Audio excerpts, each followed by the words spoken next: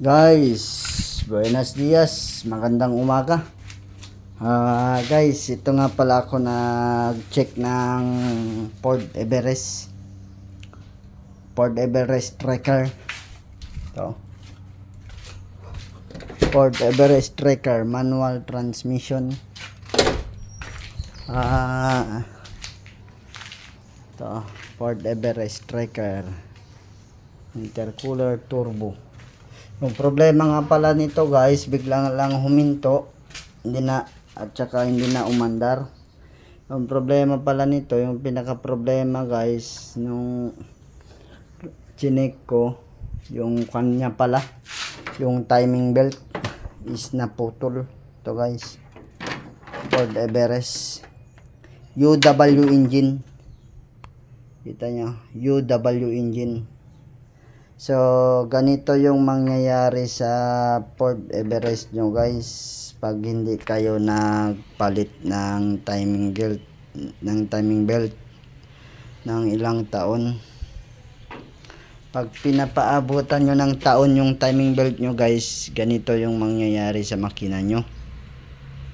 UW engine to, Ford Everest.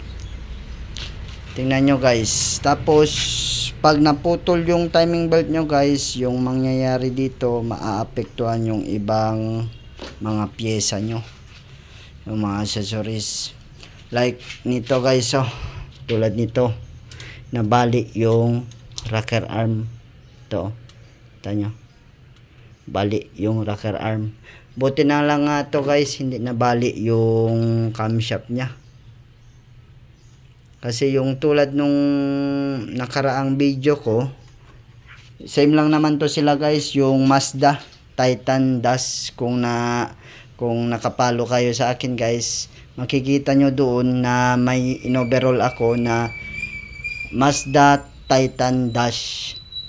Tapos yung makina nun is WL engine Mazda. Magkaparehas lang naman to sila guys ng mga pyesa, yung UW at saka WL Mazda. Yung UW na Ford guys,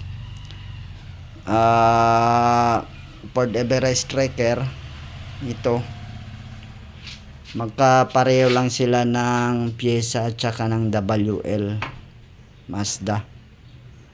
Kaya ito yung nangyari guys. Yung WL din natin, yung nakarang video ko, is nabali yung rocker arm nun at saka yung camshaft talaga guys, sinaputulan ng timing belt. Kaya kayo mga may sasakyan dyan na timing belt, alalahanin nyo palagi, huwag nyo paabutin ng taon-taon yung timing belt nyo, kasi ganito yung mangyayari sa engine ninyo. Salamat nga pala guys. So don't forget to like, share and subscribe guys, and follow na din kayo mga hindi pa followers. At saka yung mga followers ko, salamat din sa inyo guys. Salamat nga pala sa inyo guys. At saka salamat sa inyong mga suporta. Abangan nyo ulit yung mga iba ko pang mga video na mga ayusin natin sa sakyan. Salamat guys, bye bye.